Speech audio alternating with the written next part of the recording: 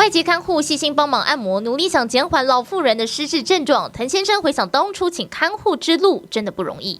当初申请82表的时候，我们都拜托医生等等。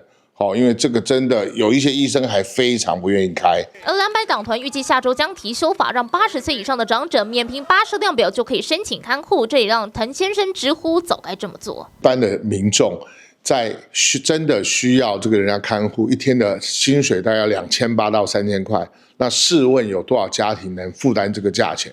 所以我们真的需要政府，如果80岁以上免凭，真的是一个德政。但立委吴思瑶就批评这恐严重排挤资源，让有需求的长辈求助无门。加上蓝党团还预计推老人福利法，补助所得税20%以下的长者健保费全免，几乎全台将近80%的长者都能受惠。但卫福部估计至少得花到395亿元。医生也拿老人免健保的英国为例，直呼台湾若修法，政府恐面临破产危机，间接的降低我们医疗进步的动力，也会影响到未来世代他们的可以享受的医疗品质。